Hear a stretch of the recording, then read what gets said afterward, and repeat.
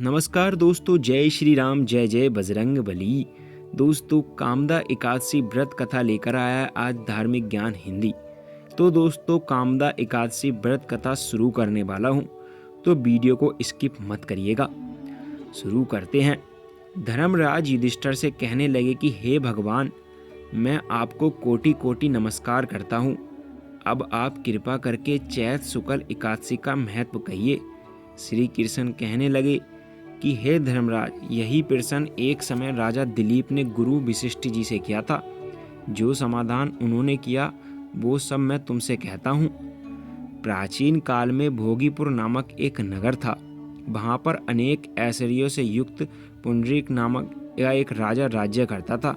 भोगीपुर नगर में अनेक अप्सराएं, किन्नर तथा गंधर्व वास करते थे। उनमें से एक जगह ललिता और ललित नाम के दो स्त्री पुरुष अत्यंत वैभवशाली घर में निवास करते थे। उन दोनों में अत्यंत स्नेह था, यहाँ तक कि अलग अलग हो जाने पर वह दोनों व्याकुल हो जाया करते थे।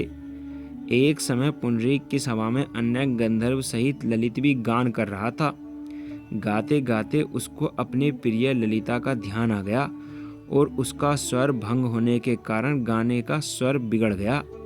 ललित के मन के भाव जानकर कारकोट नामक नाग ने पद भंग होने का कारण राजा से कह दिया। तब पुंडरीक ने क्रोधपूर्वक कहा कि तू मेरे सामने गाता हुआ अपनी स्त्री का स्मरण कर रहा था, अंत तू कच्चा मांस और मनुष्य को खाने वाला राक्षस बनकर अपने किए कर्म का फल भोगेगा। पुंडरीक के श्राप से ललित उसी क्षण महाकाय विशाल राक्षस हो गया। उसका मुख अत्यंत भयंकर, नेत्र सूर्य चंद्रमा की तरह प्रदीप्त तथा मुख से अग्नि निकलने लगी। उसकी नाक पर्वत की कदरा के समान विशाल हो गई और गर्दन पर्वत के समान लगने लगी। सिर के बाल पर्वतों के खड़े वृक्षों के समान लगने लगे तथा भुजाएं अत्यंत लंबी हो गईं। कुल मिलाकर उसका शरीर 8 योजन के विस्तार में हो गया। इस प्रकार राक्षस होकर वह अनेक प्रकार को दुख भोगने लगा। जब उसकी प्रियतमा ललिता को यह वृतांत मालूम हुआ तो उसे अत्यंत खेद हुआ और वह अपने पति के उद्धार का यत्न सोचने लगी। वह राक्षस अनेक प्रकार के घोर दुख सहता हुआ घने वनों में रहने लगा।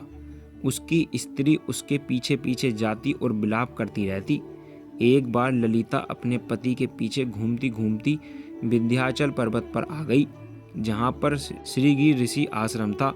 ललिता श्रीगिरि ऋषि आश्रम में आ गई और वहां जाकर भाव से प्रार्थना करने लगी। उसे देखकर इंगी ऋषि बोले कि हे सुवंगे, तुम कौन हो और यहाँ कैसे आई हो? ललिता बोली कि हे मुने, मेरा नाम ललिता है। मेरे पति राजा पुंडरीक के सांप से विशाल का राक्षस हो गए। इसका मुझको महान दुख है। इसके उद्धार का कोई उपाय बतलाइए।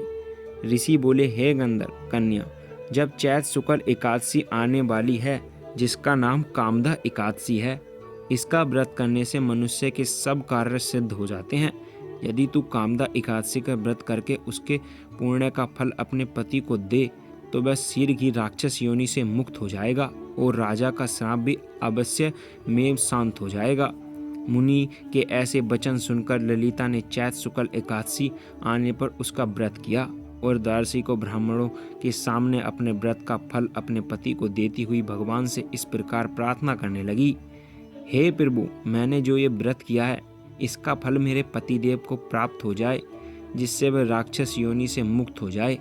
एकादशी का फल देते ही उसका पति राक्षस योनि से मुक्त होकर अपने पुराने स्वरूप में प्राप्त हुआ। फिर अनेक सुंदर वस्त्रभूषणों से युक्त होकर ललिता के साथ विहार करने लगा। उसके पश्चात वह दोनों विमान में बैठकर स्वर्गलोक को चले गए। वशिष्ठ मुनि कहने लगे कि हे राजन, इस व्रत को विधि पूर्वक करने से समस्त पाप नष्ट हो जाते हैं तथा राक्षस आदि की योनि भी छूट जाती है। संसार के इसके बराबर कोई भी दूसरा व्रत नहीं है। इसकी कथा पढ़ने या सुनने से वाजपेयी यज्ञ का फल प्राप्त होता है। दोस्तों, ये थी कामदा एकादशी व्रत कथा। और आने वाली एकादशियों की व्रत कथा सुनने और उनकी सही डेट जानने के लिए और धार्मिक से जुड़ी हर अपडेट जानने के लिए हमारे चैनल धार्मिक ज्ञान हिंदी को अवश्य सब्सक्राइब कर लें, जो कि आपके लिए बहुत ज़्यादा ज़रूरी है। और दोस्तों, कमेंट में बस प्यारा सा एक जय श्री राम का कमेंट अवश्य करें, जिससे हमें मोटिवेशन मिलता है। मिलते हैं नेक्स्ट वीडियो में। तब तक के लिए बाय बाय। जय श्री राम।